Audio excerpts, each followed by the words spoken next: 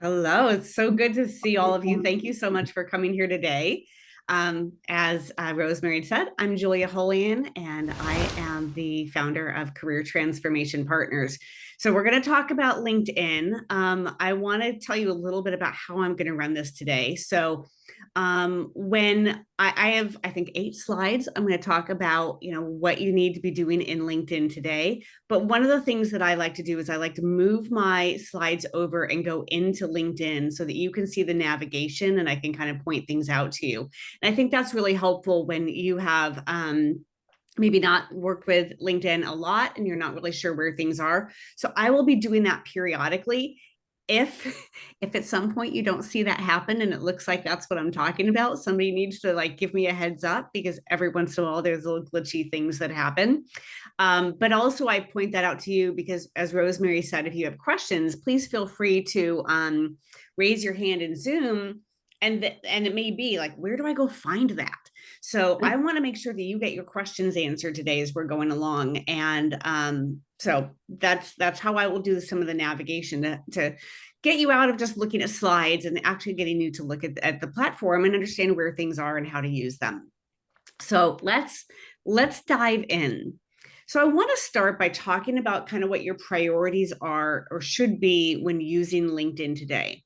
And we're going to start with your profile. I'm not going to go through how to put your profile together. We do other workshops on that, and so that can be for another day. But I will tell you that one of the big differences in the way LinkedIn operates today, as opposed to how it operated 10, 15, even 20 years ago, is first, more is more. If you don't remember any other phrase, remember more is more on LinkedIn.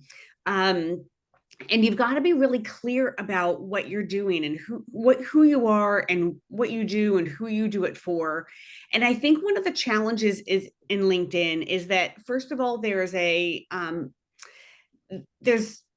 of people will try to copy and paste their resume into LinkedIn, which I don't recommend. And I think people struggle to sort of write in LinkedIn and talk about themselves.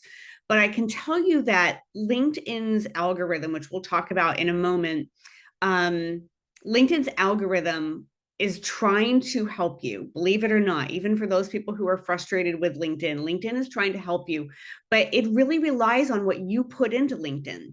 So if you have a very clear career path, that's probably very easy. If you are making some kind of a pivot or change, that makes it a little bit more challenging, but you've got to try to build everything into your profile so that you are telling it what you want it to know, so that it is matching you up with people, with opportunities, with content, with information. So for those of you who may have adopted or gotten into LinkedIn 20 plus years ago and thought minimalistic is the way I need to go, I am just going to like put in like a couple of sentences and kind of give everybody a teaser, it doesn't work today. Today, you need to actually have everything really filled out. So, for example, the about section, it takes up to 2,600 characters. You shouldn't be using just 200 characters in that. You should be building that out. Same with under each of your jobs, where you have 2,000 characters under each title. You can talk about what you did. You don't have to use all 2,000, but again, you don't want to use 200. You really want to tell that story. So be very clear and concise and complete and build out your profile. Second thing is you got to play the game of the algorithm, and we'll talk about the algorithm on the next slide. But if you don't understand how the algorithm works and you're not playing into it, LinkedIn actually deprioritizes your profile and will prioritize other people's profiles. So we want to make sure that you're clear on the algorithm and how to play into that. I think the third thing is you want to get on like target companies' radars. Now, I align this a bit with somebody who might be a job seeker, but it doesn't have to be. If you are in sales or you are building your business, you are building your presence, and you want companies to know who you are and what you do, you need to find ways to get on the company's radars so that they're aware of you and you can build up connections. And so that's going to be part of what we talk about today as well. And then lastly, and this is going to permeate through everything, is your kind of your big goal is to make sure that people look at your profile. And I don't think that that is sort of top of mind for people. I think a lot of people put out their profile and they say, okay, I've got it all done. It's out there, it's complete. People are going to go see it. The fact is, you actually have to be active in LinkedIn and do things that draw people to your profile. The fact that your profile exists does not actually get people to go look at you. And you want people to look at you so that they are connecting the dots, that you can deliver services, or you are the right person for the job they want to fill, or whatever it may be. So it is important. I don't want to Yes. interrupt. There was a question that came through on chat. Yes. It goes back to more is more. If someone asks if more is more on LinkedIn, then why not paste your entire resume? The reason why you don't paste your entire resume, I thank you for that clarification. Rather than pasting in your resume, there's a couple things to know stylistically what's different about LinkedIn than would be about your resume. Your resume is a formal, factual document that is targeted for a specific role that you are pursuing. It is written in third person. It is written based on accomplishments. The difference between that and LinkedIn is that LinkedIn is where you create your online presence of who you are in a narrative that is in first person. It should be your own voice. It should sound like you are talking to people. It should sound like you are sort of writing, under each title, for example, instead of copying and pasting your resume, you would instead maybe talk about what was happening. You might say under a title, you might say, when I started in this role in mid 2021, I had 8 direct reports and needed to hire 3 people so that we could complete the ABC project by the end of the year. I'm really proud of my team because not only did we complete that, but in the following year, we were able to launch the XYZ project. That's how you would talk about your accomplishments in your team and what you did. So your LinkedIn profile, contrasting to your resume, your LinkedIn profile is informal. It's familiar. It's written in first person. It's storytelling. It's brand building.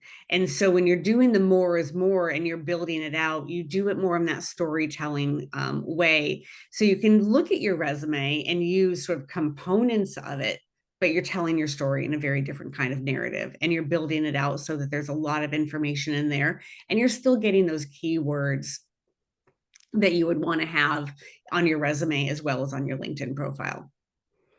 Rosemary, did that answer the question, or were there more questions in the chat? That was the question. No. That's a great question. Thank you so much. I appreciate it. Thanks. Yeah, if that answered your question, just let us know if you need additional clarification. Just throw it in the chat, please. So again, just make sure that you're always keeping in mind as you work through LinkedIn in the future that getting people to your profile is what's really important. So let's talk about some other things in the algorithm. So the algorithm, I'm going to break into like 4 different categories. And I think the top one is really the most important, which is that the switch that LinkedIn made in June of 2023, when it updated its algorithm, was that it said, we want to be engagement driven. We want people to not just have a profile and kind of walk away from it, but we are going to promote, advocate, help those people who are in the platform and are doing things that are creating conversations. They are putting out comments or content or participating in things that creates curiosity and sort of facilitates these conversations. So this engagement is very important in LinkedIn. So as you see here, it says it prioritizes content and profiles that generate interactions. Rosemary's third question. Yeah, there's another question. Sorry to interrupt. That's okay. Someone has a question, a comment. They're just starting a nonprofit. Does LinkedIn allow for developing a profile for the nonprofit? I think for the nonprofit organization that they're starting. Yes. So there are, I don't know, something like 150,000 different company profiles. So you would create a company profile as that nonprofit. And so you can go in and do that.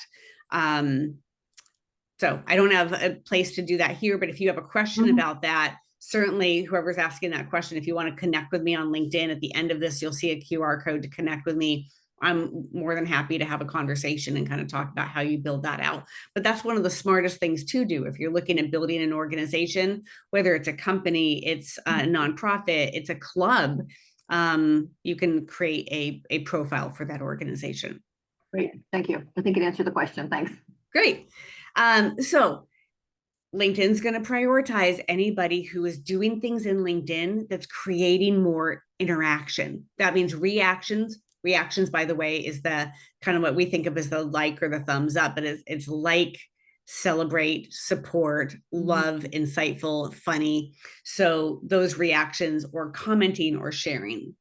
But the other three things that go into the way the algorithm works is relevance, which we kind of talked about already, meaning that you want to focus on delivering content based on your activities. So meaning you want your profile to be clear. You also want to be doing things that kind of support your profile. So an example would be if you are a controller and you are usually looking at things that are accounting and finance oriented, but all of a sudden you start looking at a bunch of other things that have to do with content marketing, and you spend day after day looking at content marketing, you kind of confuse the algorithm. So just be aware of that if you sort of double down and you go in a different direction, LinkedIn will reduce the amount of things it'll send you that are accounting and finance related, and they'll start shifting over to things that are more of that content marketing.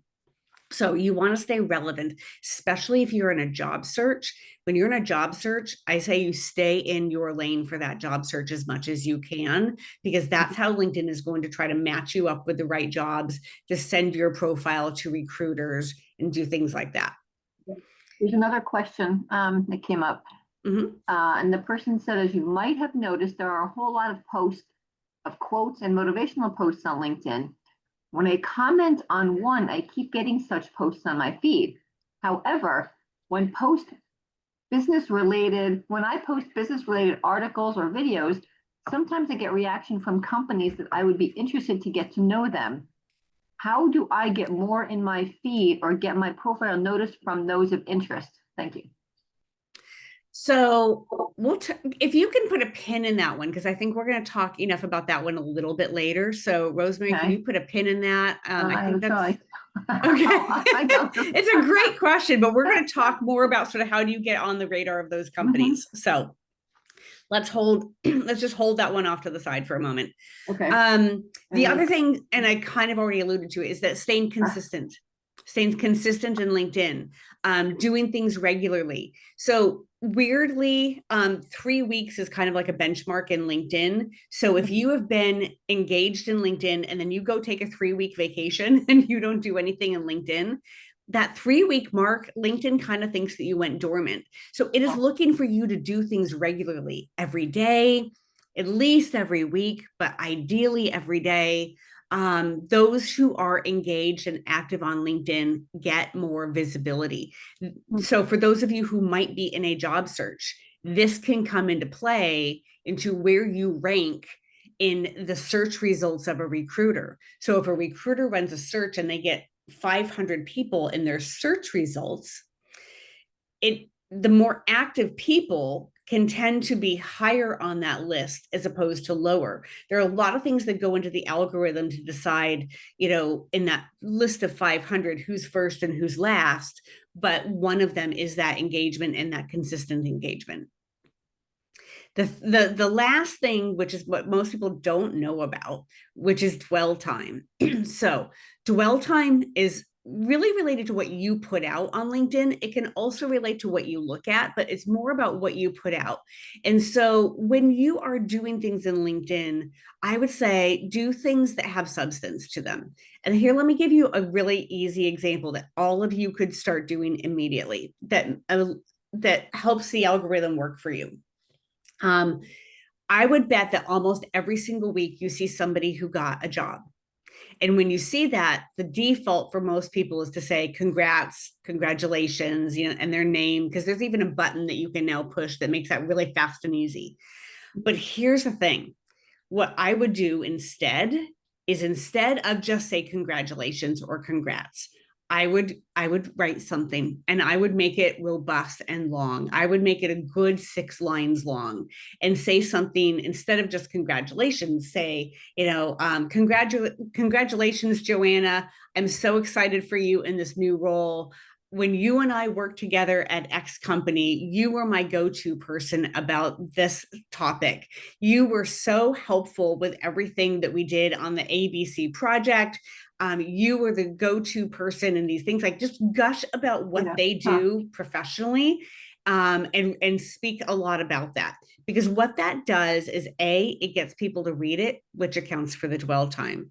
It also gets a different audience of people, the first degree connections to that person who did that original post, to also look at your profile. Because when we see a list of congratulations, we blow past them. But when we see a nice big paragraph, we read it. And then you are more likely with that paragraph to have somebody even go back and look at your profile. So I know there are questions, but I just wanted to finish that up. No, that's great. Yeah, thank you. That's always interesting. Going on that, people always say, congrats, Julia, and that's it. Or, right. Yeah. A question, sorry, a question did come up. Says, if you're following HR human resources posts that provide job search advice and you are a finance person, will this confuse the algorithm? I wouldn't say that it necessarily confuses the algorithm. I think if you're staying consistent in doing that, and you're still also looking at the accounting and finance, you're probably fine. But if you like really go in just like one direction and that's all you do, that's what's going to confuse it. So if you're gonna be looking at the HR, which I think that's great, make sure that you're also still looking at accounting and finance. You're still following people, you're looking at companies, you're looking at posts, you're engaged in that community as well. Just make sure that you're not swinging the pendulum all the way in a different direction. Okay, thank you. And then someone else has their hand raised. Jonathan, do you want to unmute yourself? Yes, hi. Thank you, Julia.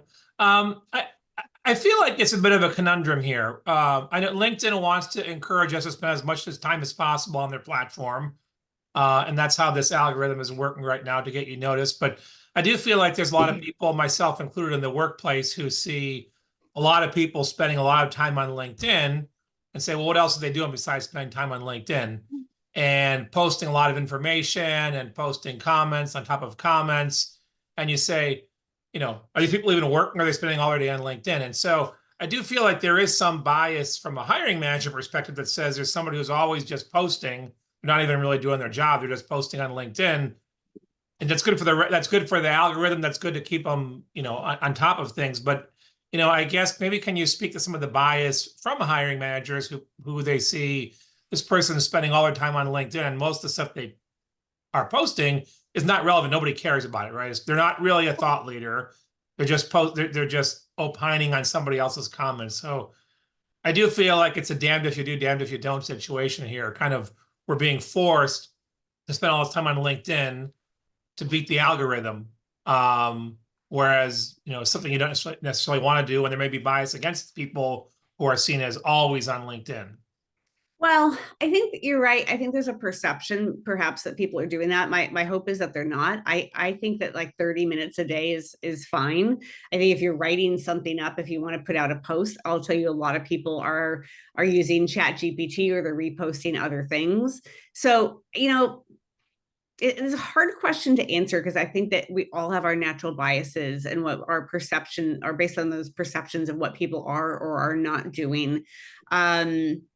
So it's hard for me to speak for other people as to how they should interpret that. I can tell you that for myself, I have LinkedIn kind of up all day. I start my day looking at LinkedIn, and I kind of end my day looking at LinkedIn, but I'm not doing that in the middle of the day. So it's a hard question to answer without really going back to some of those people. I think sometimes there's a perception that they're putting a lot out there. But here's the other thing. If you like something that somebody puts out there and you keep doing that, you will see more of that person's content, and it will give you the perception that they're putting a lot out there. I'll give you an example, a real example. So for those of you who don't know, I was an executive finance recruiter for 20 years. And in my last corporate job, I worked at a company called Armanino, which is a great CPA firm. Loved the people, loved the company, didn't want to do that. I wanted to do what I do now. So when I left the company, guilt just like overcame me. And I thought, you know what I'm going to do to make myself feel better and support all of these amazing people that I'm no longer working with is that I am going to like and share everything that they do every day. I'm going to help promote them. And after 3 weeks, I told you that 3 week mark, after 3 weeks, the only thing I saw in my news feed was everything from Armanino. And I realized I needed to diversify. So there's that. So sometimes if you're seeing a lot of the same things from the same person, it might be that you need to look at other things as well, or not like some of the things that they do so that it doesn't pop up so much. I'm not sure that I completely answered your question, but I hope I gave you some context around that. Rosemary, I am looking at the time and I do want to make sure that we kind of get to some of the other things. So would it be okay if we kept going forward? I might answer some questions on the next slide. So I just want to be mindful of that because I know a lot of people have a hard stop at the top of the hour. Good, thanks. Is that okay? Yeah, that's fine. Okay. So I put this in here specifically for job seekers because I know some people on here probably are looking for a job or fear that they might in the future look for a job. So I want to point out some things. If you are going to be looking for a job, there's some things that I highly, highly recommend that you do. And I'm going to start with the top thing, which is your headline and your open to work. So in your headline, and let me just kind of pop this over here. Your headline is what is at the top of your profile. So it's going to be this area right below my name where it says career strategist, interview coach, and so on. That's your headline. You have 220 characters that you can include here. So you can use basically what you see here, roughly 3 lines of information. A lot of people default to their current job title. I don't think anybody should ever do that. I think everybody should use this space to make it really clear when somebody lands on your profile that this is who you are and what you do, not defaulting to the title and the job that you've been in most recently. But if you're in a job search, I am going to recommend that you use this formula, that you put in a primary title and a secondary title. You're going to put in your skills and expertise that are differentiators between you and the next candidate. And then you might include software, you might include industries. So I give an example right below that of a corporate accountant and senior accountant, both titles that a recruiter might use if they're searching for you. And then including CPA, journal entries, account reconciliations, technical accounting, audit schedules, internal controls, a couple of softwares, Oracle and NetSuite. I never ever put Excel in by itself because Excel is so broad and also it can mean other things in the English language. So I would put in pivot tables and VLOOKUPs and then software and SaaS. When a recruiter looks at your profile, this is the first thing that's going to kind of excite them about you and make them to want to look more. But even if you're not in a job search, I would recommend a model like this. A lot of people who are not in a job search only use maybe a few expertise, and then they might put an impact statement down, at the end of it. That's fine. But when you're in a job search, I want you to think, what is a recruiter going to search for to find me? And I want you to make sure that those are clear and present and upfront in your headline. The next thing for a job seeker is that it's really important that you fill out the open to work section. So the open to work section on everybody's profile is right here below your photo and your headline and all of that. And you're going to go to open to, you're going to go to finding a new job. You're going to fill all of this out. You can put in up to 5 titles.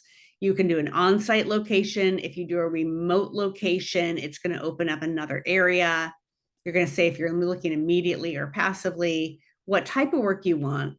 And then you get to the grand question of, who do I let know that I'm open to work? Is it the recruiters only, or is it all LinkedIn members?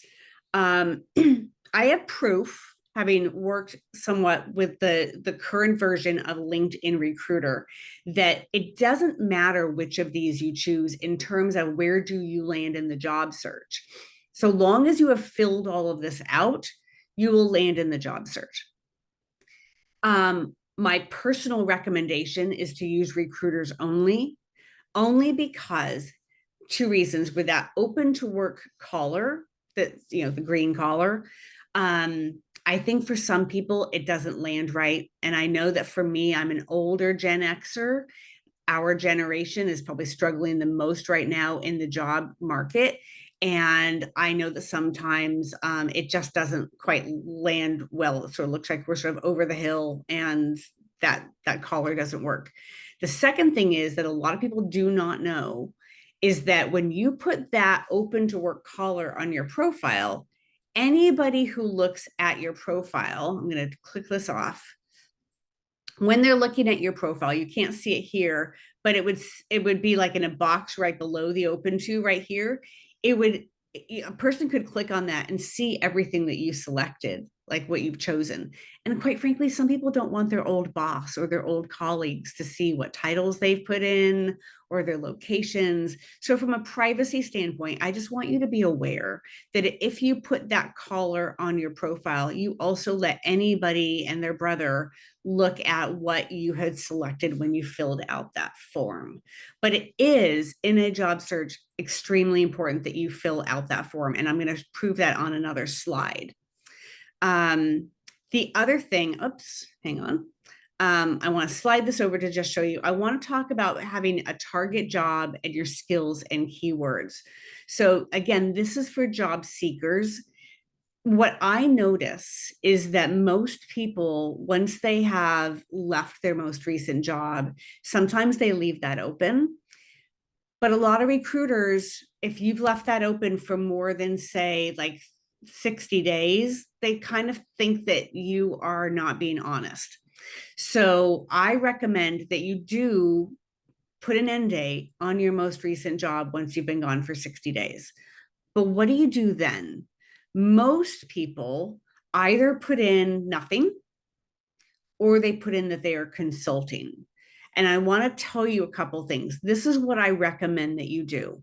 Once you have put in your end date on your most recent job, you're going to go down to your experience section. Let's say I've turned this off and I've said, nope, I've shut down my company and I'm long gone.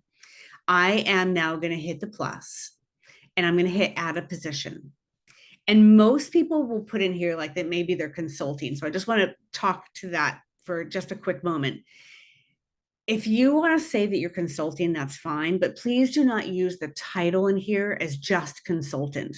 Recruiters don't search on consultant. They search on titles that are the applicable titles in a company. So if you want to say you're a finance manager and put in parentheses consulting, that's okay. You can put consultant in there, but don't lose the title that you would have if they were to hire you. Recruiters, when they're searching for you, they search off of titles, and usually it is your current title. So this is why a target company is important. So what I mean by a target company, you've turned off your most recent job or basically said, I'm gone from there. Now you're going to come in here and you're going to put in, let's say you're going to put in accounting manager, if I can type. And then you can use a comma, you can use the pike. I usually like to use the plus, and you can say, assistant controller. I'm going to capitalize that. You can put in a myriad of titles. I think it takes almost like 200 characters on this whole line. So you could put in multiple titles if you wanted to. If you wanted to put in, finance manager. But then I want you to put in looking for a great company or something like that. Something like looking for a great company. Then, I'm sorry, Rosemary, were you jumping in? Oh, no, there are some questions, but I'm just going to wait until later. Yeah. Okay. And I think somebody else might be off mute because I can kind of hear them. So you're going to put in a title. You don't need to put in employment type, but you could if you want to. Under organization, you're going to put in open to opportunities. And then you are going to search for open to opportunities that maybe align with your industry. So I'm going to pick technology, information, and internet. And then you're going to put in the month, like let's just say you started in May, and you're going to put in 2025. And then down here in this description, you are going to talk about what you want to do next. You are going to say, I am looking for a company in this space. Maybe you list all the industries. You can talk about company size. You can talk about the work that you want to do. You have 2,000 characters to essentially write your ideal job description and get in all those keywords that are going to match up with job postings. So if you don't know what to put in here and you're thinking just in your head of what you've done in the past, go grab job postings, like half a dozen of them, really good ones, and use the language in those job postings to build out what it is that you want to do next. The reason why this is so important to have this target job is that you want to make sure that recruiters, because they search off of a current title. Let me explain that more. Recruiters can search off of a current or past title when they're looking for you. However, when they include past title in their search, it means that their search results have tens of thousands of people in them. And so their number one filter is to search on a current title. But if you have put an end date on your most recent title, that is considered a past title. And crickets will be chirping and you will not get any kind of traction. So you want to put in this target company, this target of what you're looking for. Everybody is doing it. If you haven't seen it, don't worry about it. Everyone's doing that. The recruiters don't mind. You're coming up in their searches. They just want to make sure that they know what you're looking for. And having these titles up here is going to be essential to helping you get found. And you're being full disclosure saying, I'm looking for my next role. So don't worry about it. But you want to make sure you have that target job. The second thing that goes with that is that you want to make sure that you go down to your skills section and that you build out your skills section and that you add to it. So for example, I might just hit the pen here and say, well, social media, if I've added this target job, I might want to go into social media and I'm going to apply it to that target job so I can check which companies I've used this skill. You can put in up to 100 skills in LinkedIn. You should do this even if you're not in a job search. If you just want to be found for what you do, you should have those skills, but you can apply those skills, as you saw here, to your experience, to your education, to your licenses and certifications, projects, volunteering organizations, and so on. So you want to make sure that those things are standing out because that's just kind of how you get found, whether you're in a job search or not. Okay, do we want to take a quick pause here, Rosemary? There's some questions. Yes, there's a couple of questions that came up. Yeah. One of them was, how do we see who is hiring in one's network or second degree connections? I think I'm going to cover that a little bit later. Okay. So All right, no, that's fine. in that one. And then another one is, it says, I've been told that using recruiters only, which I am doing, means that recruiters who don't pay for the recruiter LinkedIn won't see that I'm looking. And also that I need to appear immediately available for the recruiters to be interested, given the difficult market. Can you please react to that? Yes. So first of all, 93% of all recruiters are using LinkedIn Recruiter. So it's very rare that they are not using LinkedIn Recruiter. So I'm not terribly worried about that for the general population. But let me show you the next slide that I think will help answer a few questions that might be in the chat. This is a snapshot of a dashboard for LinkedIn Recruiter. So let me kind of walk through this. On the left is, you're not seeing the whole thing, but this is like what they can search on. They search on title, they search on location, skills and assessments, companies, keywords, networking relationships, and then there's a whole lot more that they can search on because they can search on zip code. They can, like this skills here is just searching from the skills section. The keywords down here is searching throughout the content sections of the profile. So a lot of times, if they're searching, they're going to use Java here and they're going to use Java down there and Python up here and Python down there. So I do recommend that in your profile, you make sure that what you have in your skills section is mirrored also throughout your profile because recruiters often use both. But what I really want to point out are a couple things. When you are looking at this dashboard, and I'm going to look at SACEF. Sakath here does not have that green collar on their profile, so they still came up in a search. And this is their headline: senior software engineer, problem solver, half marathon honor, endurance cyclist. That's not my recommendation for how to do a headline, but that's how he did it. And you can see now just kind of like what is in the immediate pop-up. It's going to be the name, the picture, the headline, the location, experience, education, what skills matched, and then kind of interest. Now, a couple things here. LinkedIn will tell a recruiter if they have a high likelihood of interest, and it's kind of based on these next things. See the open to work, the active talent, and closer in your network. Closer in your network means they're a second degree connection or they're a third degree connection. But I want you to pay attention to the spotlights up here because it kind of goes back to what I talked about in the last slide. See this open to work? What this means is that of the 335 people that came up in this fictitious search that I ran, 118 of them have filled out the open to work section, which immediately tells a recruiter, okay, I've got 335 people in my search. I've only got 45 minutes to go through as many people as I can. How do I narrow this down to a more reasonable number that I can tackle? I'm going to start with the open to work because 118 is an easier number to navigate. And I know those people want to be contacted because they have filled out that open to work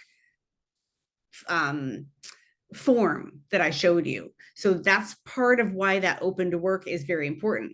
However, notice down here with Sakath, he says down here that he's open to work, but he doesn't have that collar on, which is just sort of more of a proof point that you don't have to have it. Now, the second person does have that collar, but if you were to see this search, you would notice that the second person, I would have to skip down 8 more people before I got to another person that had that collar.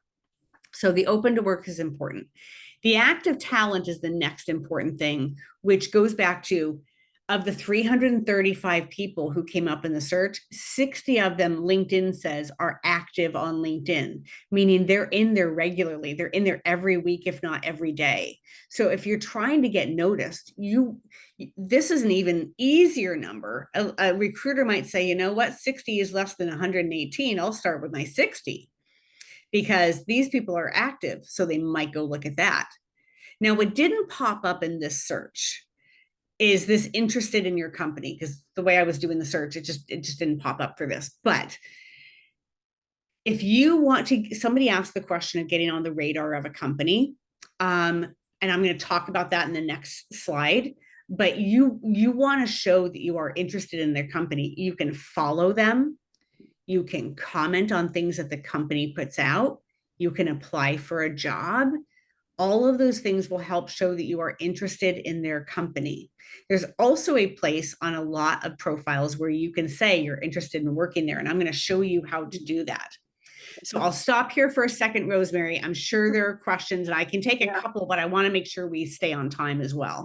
So someone asked, what does active talent mean?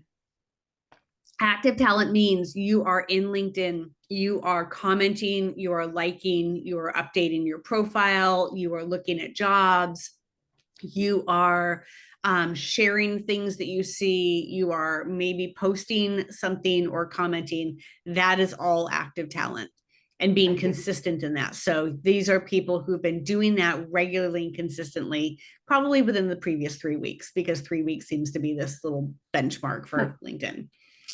Okay, thank you. And the other question we had, did it get answered? I know you said we'd come back to that, so I want to make sure that the person got their response. If you did not receive the response from your previous question, please just message me in chat. Thanks. All right, let's see, there's one more. In the skills section, I have had skills listed and endorsements. Should I go back to the skills to tag when the skills were used? I would go back to those skills and apply them to either the job, the positions that you were in, or your education, or any of those things that would apply. Yes, I would do that. And here's a little other tidbit that most people don't know. I don't think endorsements are widely used today. Like I don't tend to endorse people. I don't really see it pop up that I can endorse people, but I would turn that on for all of you, because when it comes to that, like the 335 people in this search result, if the three skills I'm looking for are Java, Python, and software as a service, if like Saketh has endorsements under all of these, that might be why he ranked higher than the other people, because endorsements can actually help you in your ranking if you're in a job search. Okay. And someone asked, how can we see if we get the active talent classification, or is that just the recruiter LinkedIn can see that? Or can only the recruiter is going to see that. Okay. That's a good question. Thank you. So let's talk about getting on the radar of a company. So you want to get on your target company's radar. So I'm going to walk you through a few things. We're going to talk about following the company, reviewing the tabs, engaging on their posts, searching for people who are hiring, and reaching out to employees. So I'm going to move this over and I'm going to show you this in LinkedIn. So it's hopefully you can still see the left side, but I'm showing you what it looks like in LinkedIn. Yep. So I'm going to use Workday as an example because I know the company has all the bells and whistles I'm looking for. So when you are interested in a company, maybe you've got a target list that you want to look at, whether you are looking for a job or whether you are building up your business. You're going to go find these companies. And so you're going to look for their LinkedIn page, and you're going to click on them. So here we are. I've got the Workday page. And I've already followed them. Now that I have followed them, I want to go up to this and I want to ring their bell. Sounds kind of funny, but you want to ring their bell. And what this does is you just want to say, hey, anytime the company puts something out, I want to be notified. I want it to pop up in my notifications, which is right up here in this top ribbon. So that's the first thing that I want you to do. Any company that you want to keep on your radar. By the way, this could be companies that you do not want to work for, but they're the competition to where you do want to work and you want to at least know what they're doing, because that could be very important for you, just being aware of what these other companies are up to. So the first thing you do, follow the company, ring the bell. Then you're going to go through this ribbon, the home, about, posts, product, jobs, life, people, and insights. Now, I will tell you, if you click on home, you can go through all of these by just scrolling down. I'm not going to do that. I'm going to say, let's go from left to right. So if we click on the about, this is where you're going to see information about the company. You can click back to the website and look at the website.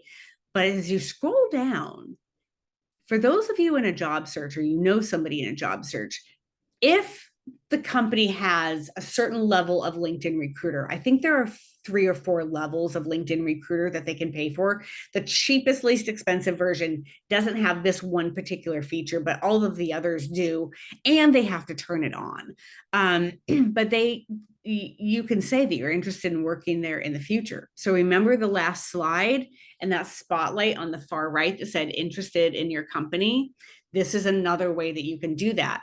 So you can click on I'm interested, and then it's going to, it actually has more prompts here where you can answer some more questions, but you can do that to get on the company's radar. I would also say, look at posts and comment on their posts. If they're scroll down, use this like a research project. Again, whether you're in a job search or whether you are trying to like get on the company. Somebody asked the question earlier, how do I get on a company's radar? You need to watch what the company is doing and then commenting on it, like, or even just liking it for starters if you're like not comfortable. But like, let's just say, I haven't read what Chris has put out here, but if Chris is saying something meaningful, I could repost it, I could comment, I could like, but I'm going to go through this. I'm going to go through this little rabbit hole of their posts and I'm going to comment. Was there a question on that, Rosemary? Not on that. A little bit before, in terms of being active on LinkedIn, someone had said they've got a vacation planned next month. Should the person start updating their LinkedIn now or wait till they get back? I don't think it's ever too soon to update your profile. If you're going on vacation, I would say download the app and every couple of days, at least go into LinkedIn and do a little something. And I'll be honest, if that means you play the games that pop up over here on the right, play the games just so that you aren't going dormant on LinkedIn. Okay. Yeah. And I'm taking a trip next fall, Yeah. and I've already kind of plotted this out that like every day I'm just going to go into LinkedIn and do something so they don't think I'm dormant. Right. Okay. No, that's great. Yeah, games are fun. Someone else has a question about how many companies can you put on following and the bell? I think it's unlimited. I don't know of a limitation on following. Okay. I have not seen that. If there is a limitation, it's probably 50. Okay. And then someone asked again, can you explain again how to show that you're interested in working at a company? Maybe they missed that. So there are a few things. One, you can, in the about section, you can scroll down and see if they've got this box here to say interested in working here. But then all the other things that I'm about to talk about also feed into showing up in that spotlight of interest in your company. Mhm. One is to look at the posts and to comment on the post, to like the post. That kind of engagement shows that you've got interest in the company. Certainly following them. Following them is the first one. Second, filling out that box on the about, into posts and commenting. I would also say, look at products. I think this is where you learn a bit about the company, and this might give you a reason to potentially ask a question to somebody in LinkedIn or in the company. So, because you could hop over to people, if you've seen something under product, you might go over to people, and then you want to look at people in here and see if there's somebody that maybe you want to ask a question more about whatever that product was. That's a way to kind of like get on somebody's radar. Keeping going, we have jobs. I would look at the jobs. LinkedIn obviously has filled about 20 jobs because they had about 917 jobs as of a week ago. So you can search on their jobs. This also shows interest in the company if you apply for a job. I like the life button because you get to learn more about things that the company does and people. So again, you could even look at sort of the trending employee content. You could you could comment, you could repost, you could do all of those things. All of these things help feed into getting on a company's radar, as well as showing interest in the company potentially if you want to work there. So when you apply for a job, does the show interest feature pop up for the recruiters? It does on some. Does the, let me sort of go back. This is what their dashboard's always going to look like. So if you apply for a job, yes, you will show up in this interested in your company. Okay. Yeah. Thank you. So all of these things you want to be doing now, I want to show you a little bit of a hack that not most people know about. So let me just move a couple things on my screen here. Hashtag hiring. Somebody asked about how do I find out if people are hiring? So one of the things that I like to do, I'm going to go back to my main page of LinkedIn. You can, if you didn't know this, type in hashtag hiring, and you can type in the company name, you can type in titles, you could type in a geographic area. So let's just say you want to know who's hiring in San Jose, California. I'm going to type in hashtag hiring San Jose. And now there's 2 steps after this, and I have this on the slide, and I know that we're going to be sharing the slides with you afterwards so you can go back and look at this. But after you type in hashtag hiring San Jose, you're going to click on people, and you're going to click on actively hiring. And then if you want to, you could look at titles, or I'm just going to do any job. And here, oops, hang on. Oh, shoot, it's being glitchy on me today. So hang on a second. And then we've got some more questions coming up. So whenever you're ready, let me know. Let's just say senior software engineer. It's not. Let me do it this way. Go back into NVIDIA.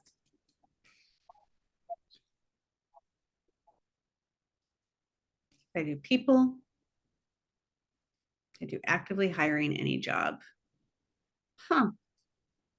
it's being a little glitchy. It should be pulling up that hashtag hiring there. So let me try this again.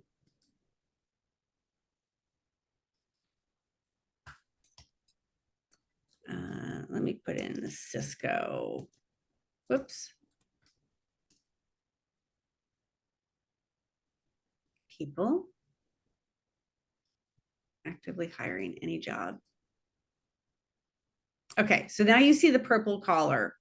So I put in hashtag hiring and I put in a company name. You can put in titles. You could put in like even here. So I could say, okay, this is Cisco. I could go into want to make sure that they are all at this company.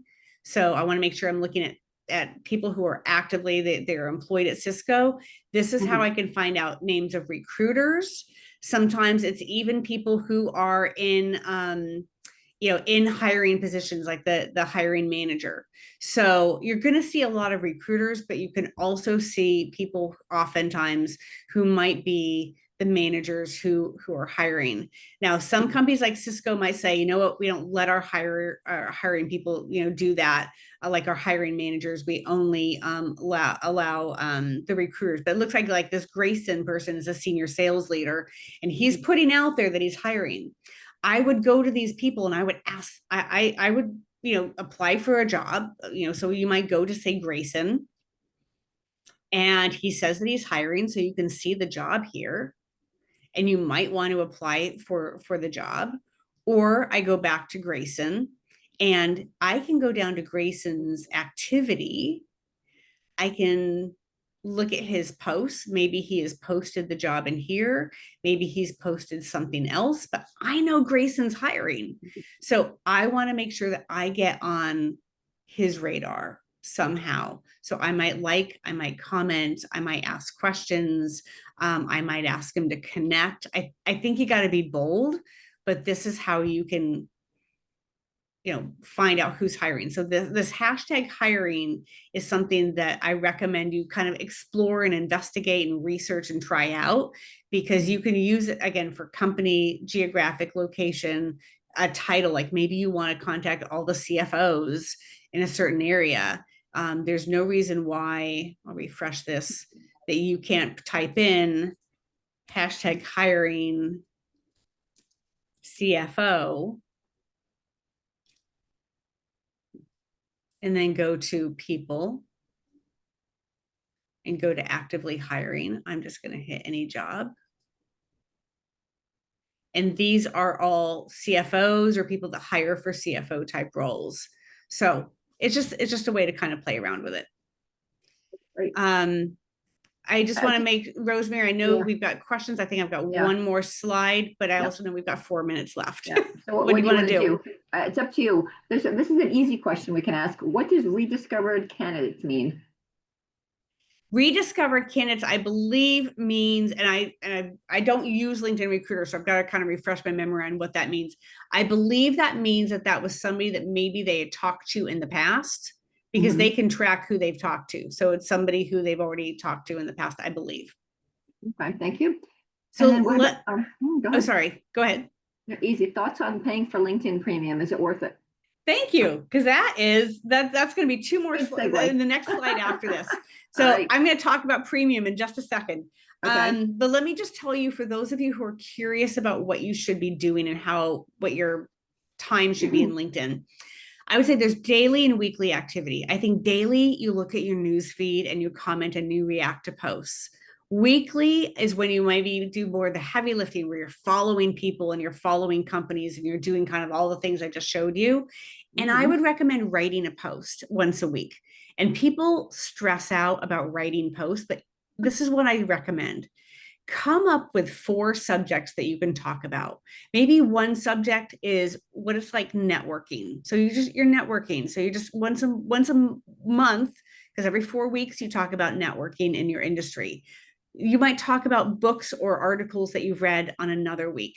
A third week, you might talk about trends in your industry. Fourth week, you might talk about how AI is impacting your industry. So come up with 4 things that you can talk about and put them on rotation. And because you've got those 4 things, you're naturally going to be thinking of those things throughout your day, and you'll start kind of banking things that you can put into a post. And your post doesn't have to be long, but it does help the algorithm, and it does help show your thought leadership, and it creates engagement. Thank you. I know there's only a couple minutes left. So Julia, are you okay to run over a little bit if you have time? I don't know what your schedule is like, or do you have a hard stop?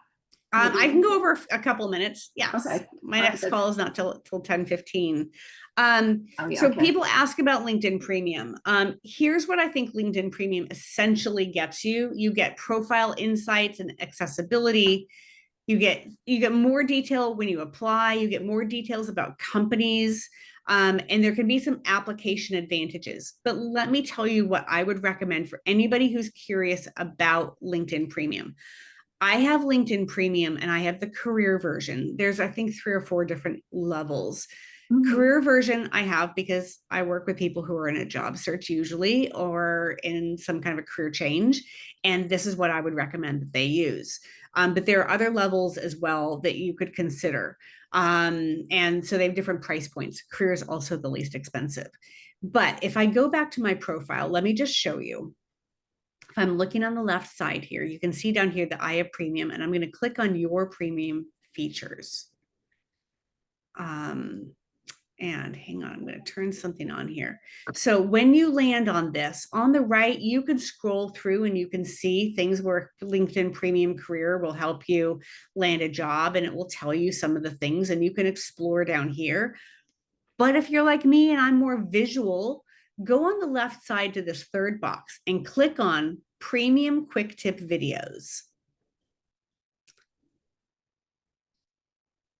And I'll unstop that. So right here, you're going to see videos. You can click on these different videos, and I've got the sound, I think, off right now, but you can go through all these videos that will show you what your LinkedIn Premium will get you.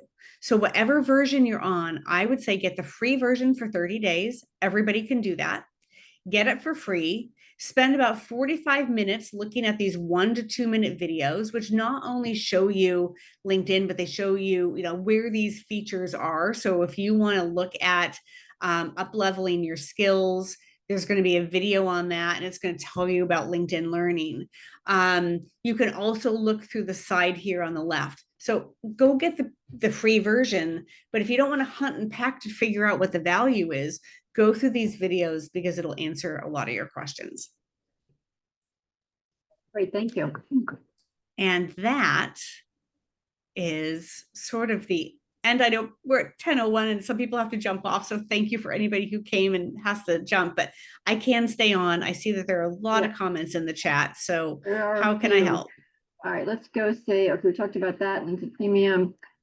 Remind us again how to turn on off the notification feature when you're making changes to your profile so that your network does not see each and every change that you make. Yes, I didn't cover that, and I'm happy to. So let's go back here and let me move a couple things around on my screen because they're blocking. All right. Let me toggle back to LinkedIn. Okay. So settings and privacy. If you go up here to this top ribbon and you see the little picture and it says me, click on that. Go down to settings and privacy, which is about halfway down this little box. So there are a couple things. First of all, there are 6 categories under settings. There's account preferences, sign-in and security, visibility, data privacy, advertising data, and notifications. In account preferences, you can see that there, whoops, hang on, I just zipped past. There are a number of subsections in here. Gosh, sorry, my mouse is very sensitive today. If I go into visibility, I think I'm going to answer your question in kind of 2 ways. First of all, up here, if you want to voyeuristically go look at a bunch of other people's profiles, As you're figuring out what you want to do with yours, go to visibility, go to the top button up here where it says profile viewing, and you can turn this into private mode so that people don't know that you're looking at them. But once you want to open up, I recommend that everybody has it open so that they can see your full name and headline. Then I would say when you update your job, you'll notice at the very top, it'll say, do you want to notify your network? And you're going to say no. However, LinkedIn has a lot of weird stuff in the back end. Down here, again, we're under visibility. We're in the second little subsection. And the second thing down here says share job changes, education changes, and work anniversaries. And this is where you would turn that off so that it doesn't notify. For the most part, by the way, if you make content changes, if you change words and things like that, that's not going to notify your network. But if you add a job, you put an end date on, you add something that's kind of like an event, or you stop an event, like you turn something off, that's what can notify. And that's where you turn that off right here.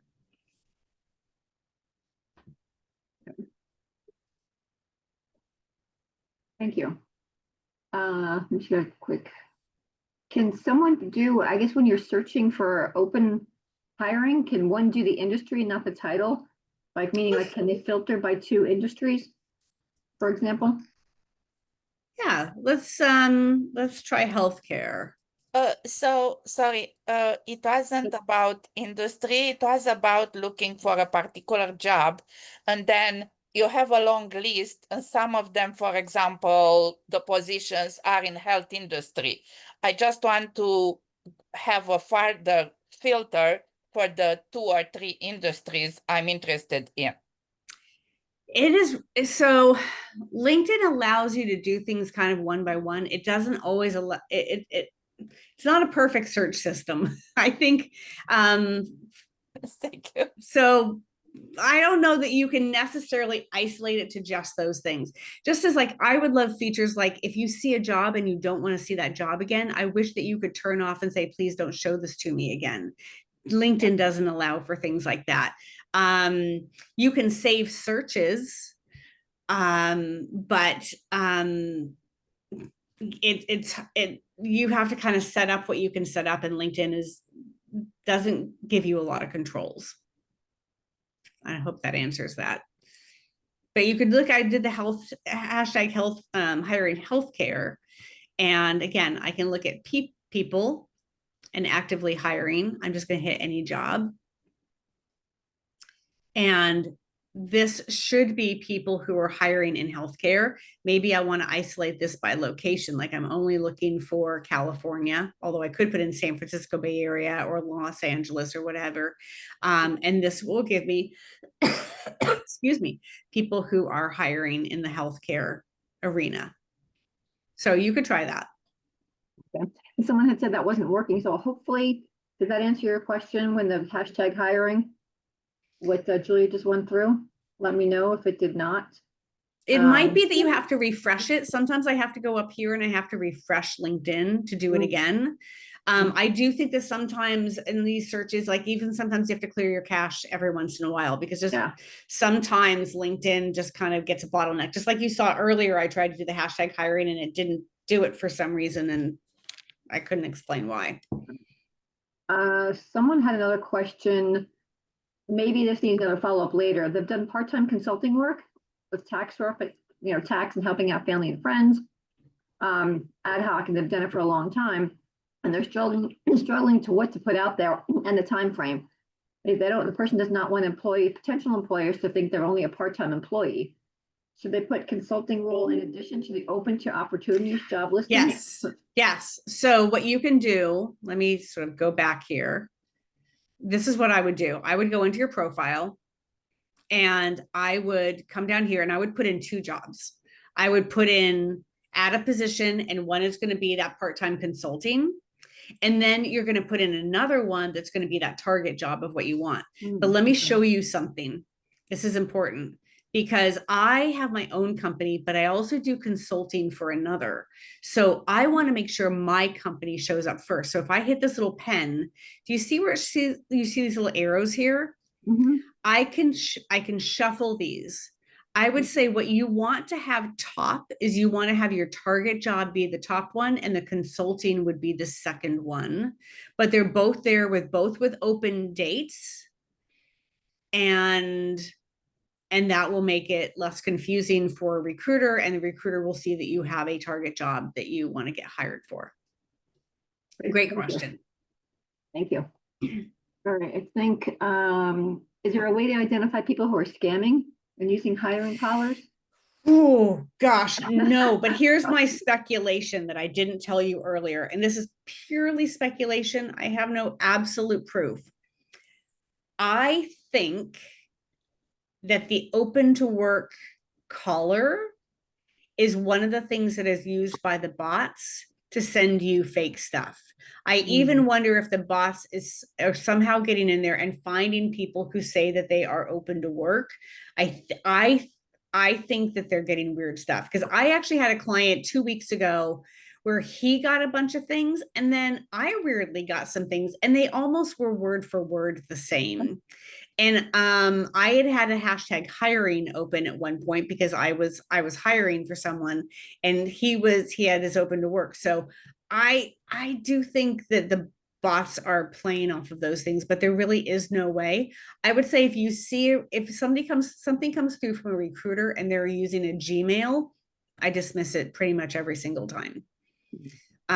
Recruiters will use a company name before they'll use a Gmail, even if they're private and they're independent. Yeah, excuse me. The other thing that I noticed, this is how I think I picked it up, is go back to their profile and see if they only have like one contact or no contacts. So I just wanted to kind of highlight that for folks because it's easy to get sucked in. Yeah, but there are some people who have built things out and it's really hard to tell. And so if there's weird things in the email address, if they're saying that they're automatically going to pay you $5,000 a month and you only have to work, 10 hours a week, just run in the opposite direction. Jump on that. Thank you. There's another question. If you have a particular style of a company that you like versus a specific company, for example, someone likes looking for startup early stage companies in their growth phase versus a well-established, is there a way you can put that on your search list or a hiring list or somewhere like that, or get on the company's radars?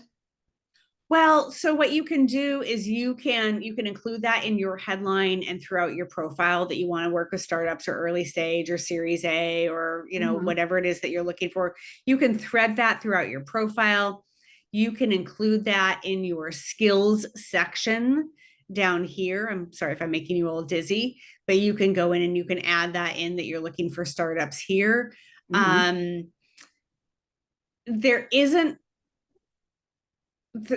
really kind of where you would do it. So when a recruiter is looking for you, and if they're looking for the early stage and startup, they might use that kind of terminology. But I would say they're probably going to use a mix of searching through the skills section and the keywords that are in your profile.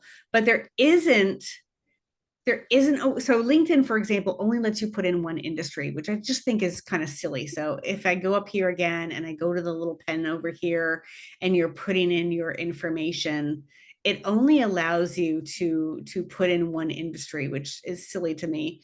And it doesn't allow you to put in like company size and those things. I wish that they would build it out. Oh, can I give one more tip, Rosemary? Here's a tip for anybody in a job search. Did you know that your LinkedIn profile is your professional profile? It's not like Facebook and it's your personal profile. So the zip code that you put in, I'm going to go back to this little form here again. The zip code you put in, I would align it with where you want to work. Now, I know if you are working in a lot of different places, you can broaden that in the open to work section. But let me give you an example. I grew up in San Jose, California. One of my good friends that I grew up with has always worked in Silicon Valley, always worked in tech, but he moved out to the Central Valley of California like 15 years ago. He is 75 miles away from San Jose. So he uses a San Jose zip code just to anchor him in that area so that he lands in the searches for those companies that might look for him. And he uses his brother's zip code, which is the same one that we grew up in, but you didn't have to. You don't have to assume that the zip code that you put in here is where you live. It's where you work. This is your professional profile. So if you're not showing up in searches for those companies, if you want to work for Apple, go put in Apple's zip code. If you want to work in San Francisco, go put in, 94102 or 104 or 111. So put in the zip code that aligns with where you want to work. Okay.